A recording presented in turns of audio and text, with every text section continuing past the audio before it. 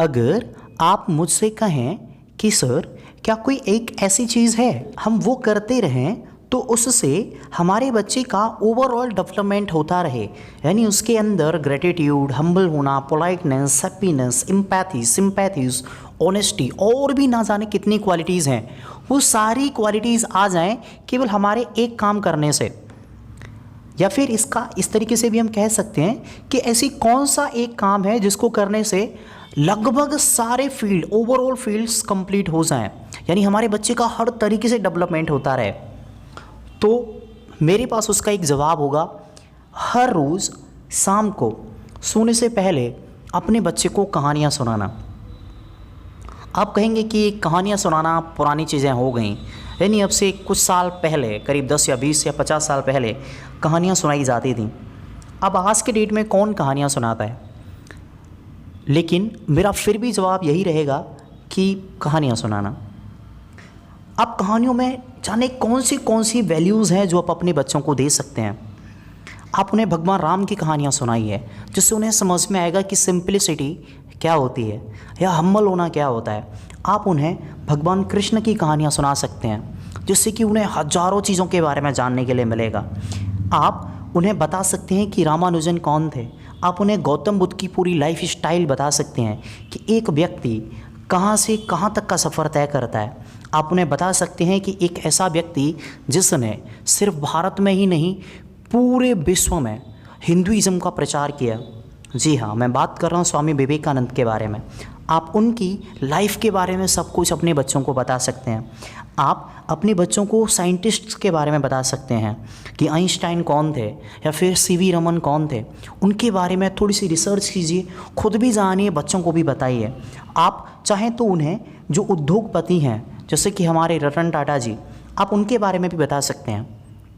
देखिए, अगर मैं नाम लेना चाहूँ तो ऐसी करोड़ों चीज़ें हैं जिनके ऊपर आप कहानियाँ सुना सकते हैं।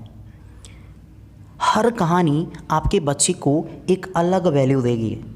कहीं से आपके बच्चे को ग्रेटिट्यूड सीखने के लिए मिलेगा, यानी वो हर चीज़ के लिए थैंक्स कैसे बोल सकता है, या हर चीज़ के लिए वो आभार व्यक्त, वो भी दिल की गहराइयों से कैसे कर सकता है। वो जानेगा कि हम्बल होना क्या होता है रतन टाटा जी से, पोलाइटनेस का मतलब क्या है, या फिर किसी भी चीज़ को त्याग देना, किसी भी एक व्यक्ति के कहने पर किसी गुरु के आदेश को पूरी दुनिया में ले जाना, स्वामी विवेकानंद। हैप्पीनेस रहने के लिए या हैप्पीनेस के लिए, लाइफ में प्रसन्न रहने के लिए किसी भी मटेरियलिस्टिक चीज़ों की ज़रूरत नहीं होती। आप ये चीज़ उन्हें समझा सकते हैं।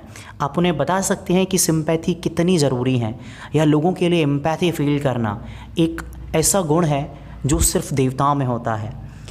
या फिर आप उन्हें बता सकते हैं कि ऑनेस्टी कितनी ज़रूरी है। ये सारी क्वालिटीज़ ऐसी क्वालिटीज़ हैं जो आप करोड़ों अरबों रुपए देकर भी नहीं खरीद सकते, और ये किसी भी बच्चे में शायद सबसे ज़रूरी गुण है। और आपको इनमें से किसी भी चीज़ के लिए अलग से मेहनत नहीं करनी। बस आज से, अब से और अभी से एक आदत बनाइए कि आप जब भी शाम को सोने के लिए जाएंगे तो आप अपने बच्चे को कुछ कहानियाँ सुनाएंगे, हर रोज़ एक कहानी।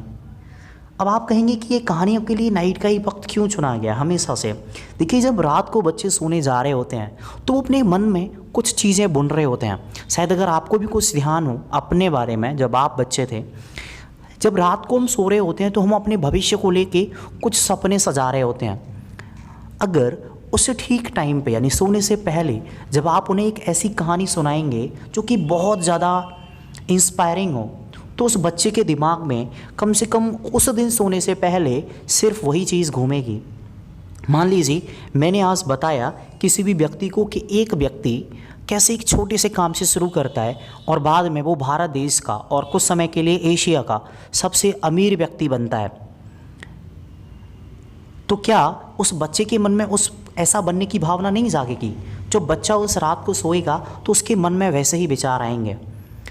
अगले दिन आप उन्हें कहानी सुनाते हैं स्वामी विवेकानंद की, और उन्हें बताते हैं कि कैसे एक सामान्य सा व्यक्ति पूरे पृथ्वी तक अपने संदेश को पहुंचाता है।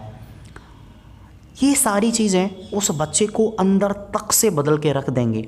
आप मेरा यकीन कीजिए, कहानियाँ सुनाने से ही बच्चे के अंदर इतने बदलाव आ सकते हैं जितने कि आप सोच नहीं सकते। और ये बदलाव सिर्फ उस बच्चे के अंदर नहीं आएंगे, बल्कि आप अपनी लाइफ में भी हजारों ऐसे बदलाव देखेंगे जो कि पहले नहीं थे। अगर आप अपने बच्चे को बताएंगे कि बिना मटेरियलिस्टिक चीज़ों के भी खुश रहा जा सकता है, तो क्या आपको नहीं लगता कि आप भी मटेरियलिस्टिक चीज़ों के बिना खुश रहने के प्रयास करेंगे? अगर आप अपने बच्चे को बताएंगे कि ऑनेस्ट होना कितना ज़रूरी है, तो कहीं ना कहीं ये गुण आपके अंदर भी आएगा।